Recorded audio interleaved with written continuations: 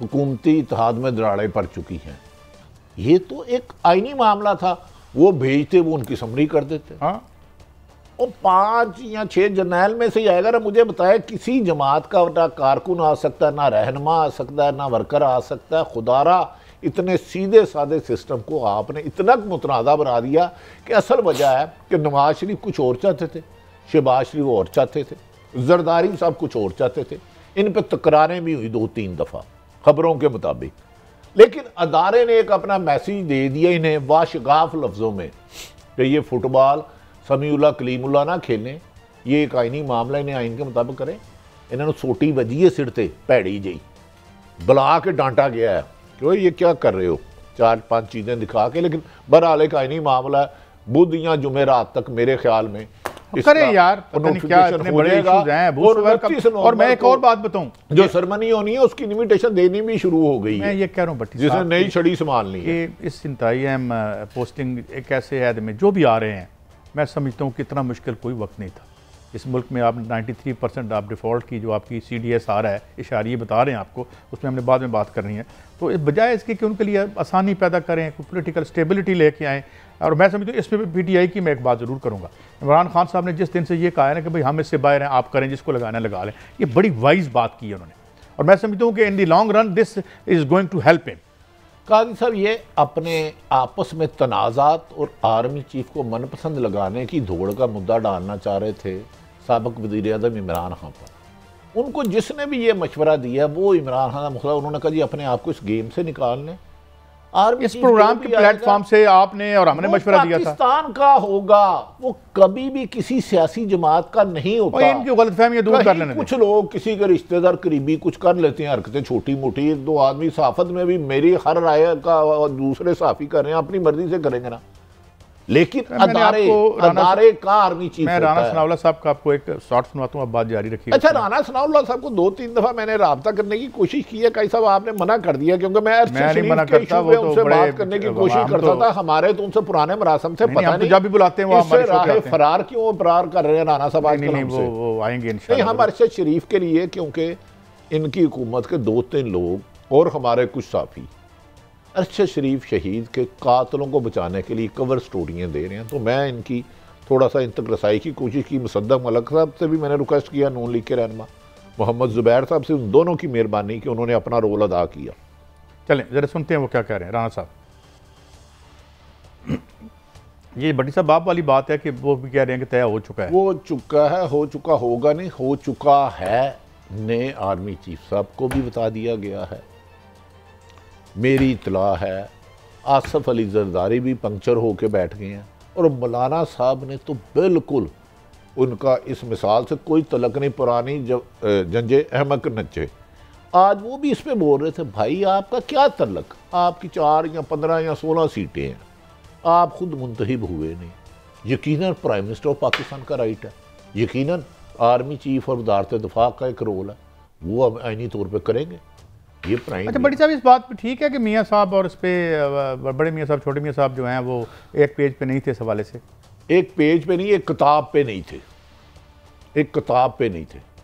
आप करते हैं 4 साल में काम, मैं करता हूँ 2 साल में या 6 महीने में काम, ये डिफरेंस थे। शहबाज साहब, तो ये डिफरेंस अब ख़त्म हो गए हैं या ये डिफरेंस रहेंगे, अब आते तारीख का हिस्सा बनेंगे? कुछ चीज़ें वक्त पर अच्छी लगती हैं। अभी इस स्टोरी के बहुत सारे करैक्टर हैं जिन्होंने मंजर आम पे आना है।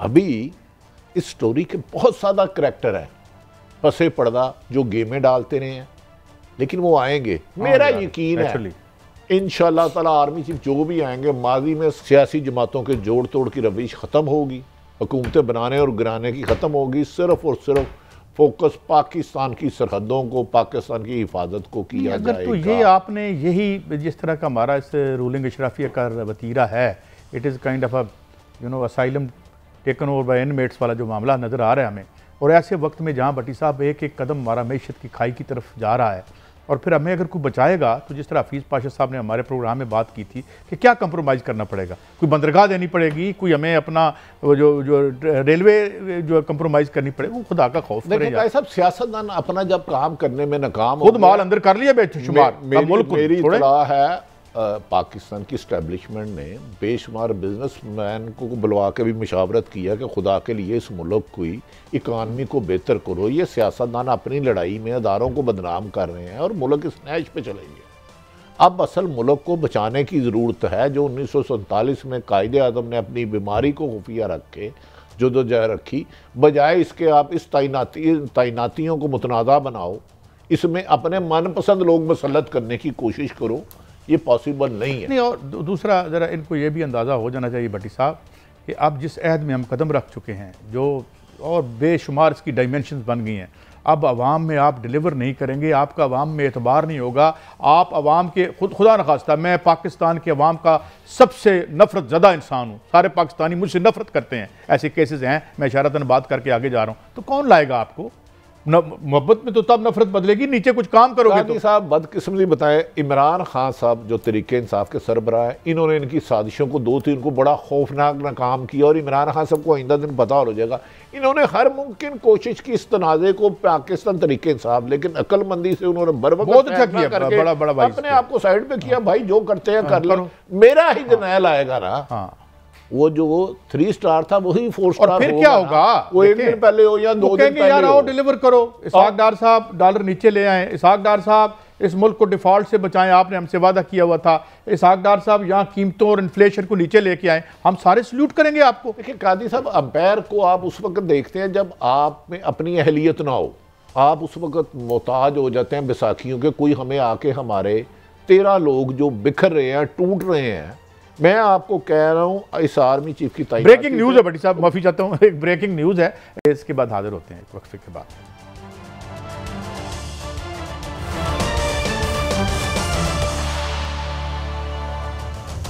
Welcome back. भट्टी साहब, आपने सारी गुफ्तगू सुनी। मेरा सवाल आपसे बड़ा सादा है।